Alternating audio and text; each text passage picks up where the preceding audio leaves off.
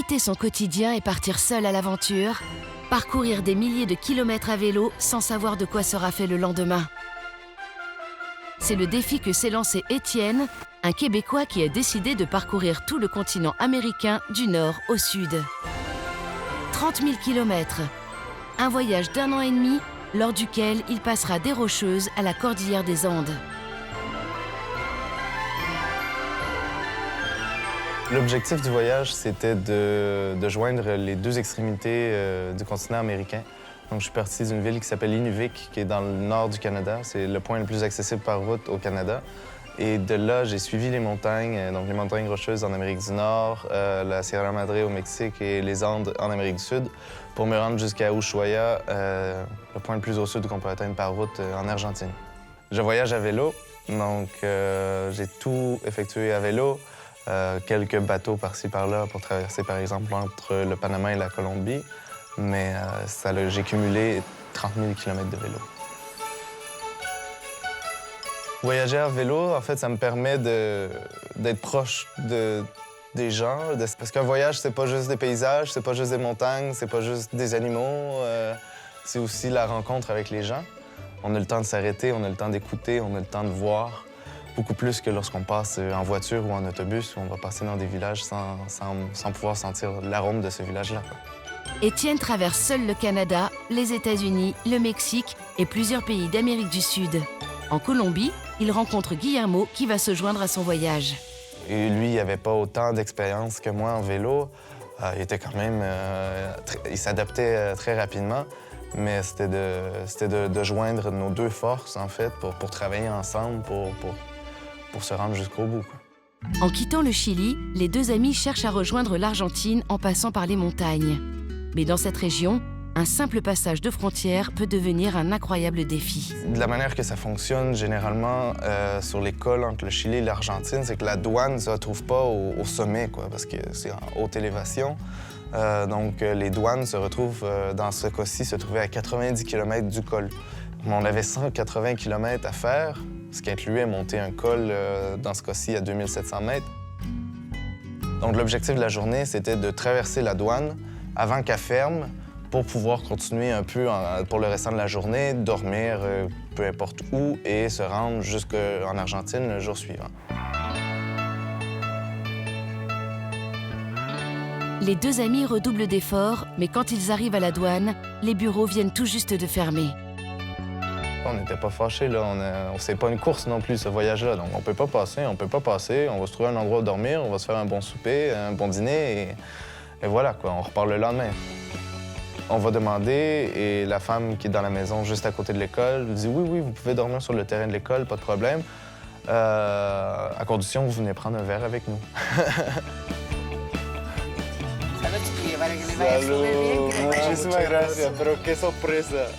Ils ont sorti le pisco, qui est l'alcool du Chili, ils nous ont servi à manger. Alors on n'avait rien demandé, mais c'est ça aussi l'hospitalité qu'on rencontre sur ces voyages-là. C'est des gens qui nous ouvrent leur maison, même si c'est des lieux très humbles parfois, ils l'ouvrent de tout leur cœur pour nous faire sentir les bienvenus. Le lendemain, reposés et dotés de papiers en règle, les deux amis repartent en direction de la frontière argentine. Mais ils vont devoir affronter plusieurs cols difficiles avant d'arriver à destination. On a passé une grosse journée de montée. Guillermo était quand même assez épuisé pour une montée qui a été assez éprouvante d'une certaine manière pour lui, alors qu'il n'avait jamais expérimenté un type de montée de la sorte, quoi. Une journée entière à monter, quoi. Il n'y avait même pas une petite descente là, pour nous récompenser. C'était de la montée continue. J'étais vraiment pas déçu de lui, là. Il faisait vraiment des énormes efforts pour se rendre jusqu'en haut et j'étais quand même assez fier de lui, quoi. Pour quelqu'un qui avait jamais fait de vélo, ça faisait 2 semaines qu'il était sur la route, qu'on a fait des journées pas faciles. Il faisait chaud avant qu'on commence à monter ce col-là, il faisait chaud. Et juste avant la dernière montée, pour se rendre jusqu'à la frontière, on nous a offert une petite descente. La route, tout d'un coup, redescendait vers le lac parce qu'on montait. Et là, ça redescendait vers le lac pour remonter, en fait, jusqu'à la frontière, jusqu'au col. Donc, on se laisse aller. Dans une courbe, il y a eu probablement un glissement de terrain ou quelque chose quelques jours auparavant. on voit plein de roches, de la terre et des roches qui sont jonchées sur la route. Je suis le premier à... Donc, je suis en avant, Guillermo me suit quelques mètres derrière moi.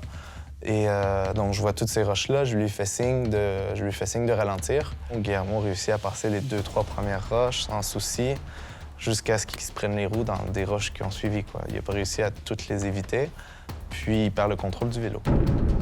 Je me revire, je le vois par-dessus mon épaule, passer par-dessus son vélo, faire quelques pirouettes sur le mur de béton, se cogner la tête sur le mur de béton et tomber sur le dos sur la route, comme si c'était au ralenti, quoi. J'ai comme tout vu ça. Et pendant que je regardais pas, finalement, j'ai traversé la route. De l'autre côté, du côté gauche, il y avait un petit escalier de béton. Ma roue avant fonce dans le petit muret de béton, je passe par-dessus le vélo, j'atterris dans le sable et ma roue aussi a explosé, quoi.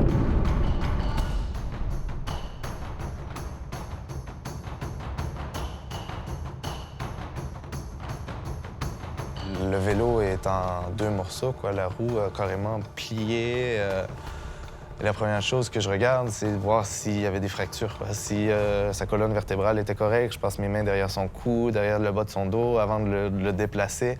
Il y avait seulement la peau, quoi, la peau qui était brûlée, quoi, parce qu'il a frotté sur le mur de béton, donc il y avait les bras en sang, et son casque était cassé.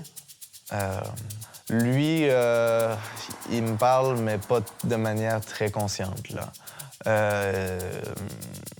Il comprend pas ce qui s'est passé, je crois. Il était sonné, là. Ça m'inquiète parce que je vois mon ami qui est semi-conscient, qui est un peu dans les vapes, qui est en sang. Qu'est-ce qu'on fait, quoi? Mais on pouvait pas revenir en vélo, là. Malgré des blessures et des vélos inutilisables, les 2 amis ont pourtant la chance de leur côté. On a attendu une quinzaine de minutes, je crois, jusqu'à ce que monsieur arrive avec une voiture et un trailer, une remorque derrière sa voiture. Donc, je crois qu'il a compris quand même assez vite le monsieur et il s'est arrêté sur le bord de la route. Et nous, on est montés dans la voiture, puis il nous a redescendus jusqu'à la douane. Les 2 cyclistes reprennent leurs esprits. Ils doivent rapidement faire soigner leurs blessures. Les 2 femmes rencontrées la veille vont trouver une occasion de prouver leur grande gentillesse. Ces dames-là nous ont dit oui, bien sûr, pas de problème, mais c'est dimanche aujourd'hui et vous allez aller nulle part. Tout va être fermé en bas de toute façon. Vous restez chez nous, lavez-vous, prenez le temps de vous reposer. Vous êtes plus que bienvenus, quoi. Pendant quelques jours, Étienne et Guillermo vont séjourner chez leur bonne Samaritaine. Vélo réparé et blessures soignées, ils sont maintenant prêts à reprendre la route. On a fait du pouce pour remonter juste à un peu avant où on a eu l'accident et on a redescendu la pente où on a eu l'accident. Et je crois que c'était important de le faire pour passer par-dessus cet événement-là. Arrivé au col, on était contents. Guillermo avait repris sa joie de vivre habituelle. On a déjeuné au sommet, puis on était prêts à redescendre le col. Là, c'était une autre aventure qui se passait, parce que tout de suite, quand on a quitté l'asphalte, on a commencé à descendre un petit peu, puis elle allait tellement lentement, finalement, qu'il est tombé parce qu'elle allait trop lentement. Mais voilà, une chute à 5 km/h, finalement, le vélo, il est tombé, puis il est resté sur ses pieds, mais la descente, on l'a descendu tranquillement. Ah, ça n'a pas été notre descente la plus rapide. Après plusieurs semaines en Argentine, Étienne continue son périple jusqu'au Pérou. Mais dès son arrivée dans le pays, il sent qu'il n'est pas au mieux de sa forme. C'est quelque chose qui est assez fréquent chez les cyclo-voyageurs. Il y en a beaucoup que j'ai rencontrés sur la route qui ont eu les mêmes problèmes, d'avoir des petits amis parasites qui vivent dans notre intestin. Ça a comme conséquence sur les journées de vélo qu'on a beaucoup moins d'énergie. Parce qu'en fait, tu manges, mais des fois, tu manges plus pour eux que pour toi. Affaibli, Étienne continue malgré tout son voyage. Mais les cols abrupts du Pérou mettent sa santé à rude épreuve. La route au Pérou, elle est très montagneuse. J'aurais pu prendre des routes plus faciles sur la côte péruvienne, mais bon, J'ai décidé de pédaler dans les montagnes et je l'assume. J'arrive à cette vallée-là. En fait, j'étais dans les montagnes et on voit vraiment cette énorme vallée qui descend jusque dans une rivière. J'en avais pour au moins 1000 mètres de descente. Et de l'autre côté, on le voyait, là, d'en haut, on voyait de l'autre côté la route qui remontait là, en zigzag pendant je sais pas combien de temps pour remonter au même niveau où je suis. Puis il fallait tout je descende et tout je remonte. Ben, psychologiquement, en voyant la montée que j'avais à faire le lendemain de l'autre côté de la vallée, j'étais pas très motivé. Ça faisait déjà quelques semaines là, que je traînais ces parasites et est-ce que j'avais le goût de remonter tout ça? J'étais pas sûr que j'avais le goût. Je me suis dit que ça serait beaucoup plus simple de suivre la rivière, non? Beaucoup plus courte, la route qui suit la rivière est aussi beaucoup plus dangereuse. Alors avant de prendre une décision, Étienne décide de se renseigner un peu. Je choisis la route de la vallée parce que quand je suis arrivé aux eaux thermales qui se trouvaient au bas de la route, les gens qui y habitaient m'ont dit qu'au cours des dernières semaines, le niveau de l'eau de la rivière avait énormément baissé. Et donc, je voyais ma chance de pouvoir passer par là. Puis ça me donne un peu d'adrénaline, ça me donne un peu de désir de continuer, de prendre ces petites routes-là. Au début, ça va bien. La route est quand même assez large. C'était comme une ancienne route où il y avait 2 traces de roues, en fait, puis il y avait des plantes entre les 2 traces. Donc, je pouvais faire mon chemin sans trop de problèmes. Ça a commencé à se compliquer lorsque j'arrive à la première traversée de rivière.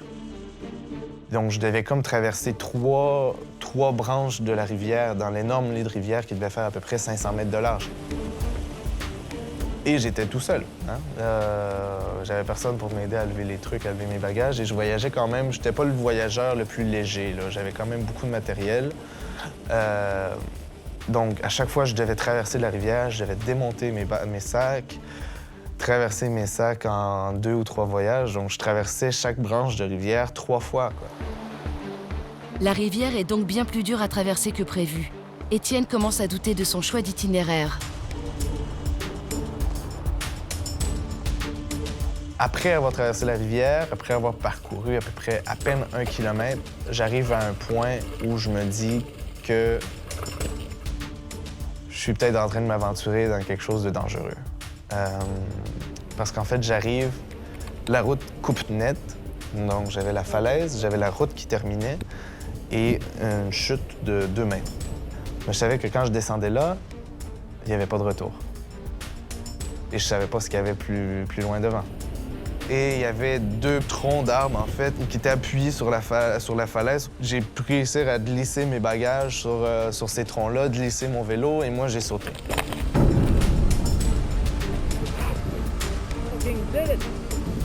Et j'ai repris la route. Il y avait une espèce de petit pont en tronc d'arbre, pas très solide, que je dois traverser. Il faut que je fasse ça 3 fois.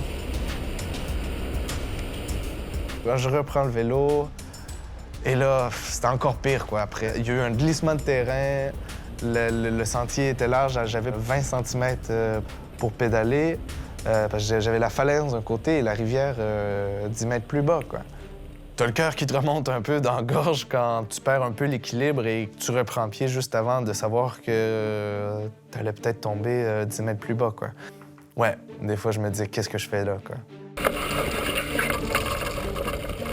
Finalement, j'ai passé la journée pour faire 20 km, alors que j'aurais fait probablement beaucoup plus si j'étais monté et redescendu de l'autre côté, quoi. Ça n'a pas été la meilleure décision de ma vie, là. Étienne réussit toutefois à rejoindre le prochain village et passe la nuit chez l'habitant. Il sait que la suite de son voyage va encore nécessiter de gros efforts. Donc, je quitte Huancavelica vers une petite route de terre tapée pour monter jusqu'à 5000 mètres d'altitude. J'étais encore très faible. Je prends mon temps pour monter, mais à partir du 4000 mètres, 4500 mètres, c'est le mal de tête qui commence, le souffle court, la fatigue revient. Puis c'est ça, c'est ce mal de tête d'altitude qui est difficile à décrire. T'as une espèce de compression dans le cerveau, là. Puis le seul moyen de régler ça, c'est de descendre. Mais pour descendre, il faut d'abord que je finisse de monter. Et je prends la dernière courbe pour le sommet du col. Je sors ma caméra pour filmer l'arrivée. Et Au moment où je sors la caméra, je craque. Un espèce de mélange de douleur et de satisfaction.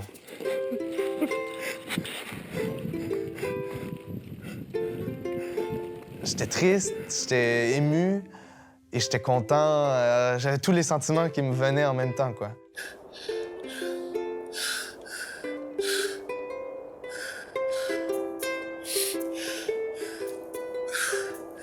Les idées qui me viennent en tête à ce moment-là, c'est que j'ai réussi.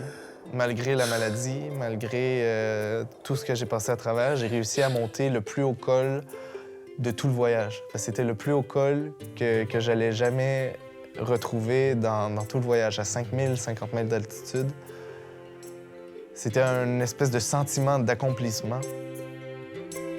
Au-delà de la douleur et des galères, Étienne a conscience d'avoir réalisé un voyage hors du commun, une expérience qui lui a beaucoup apporté.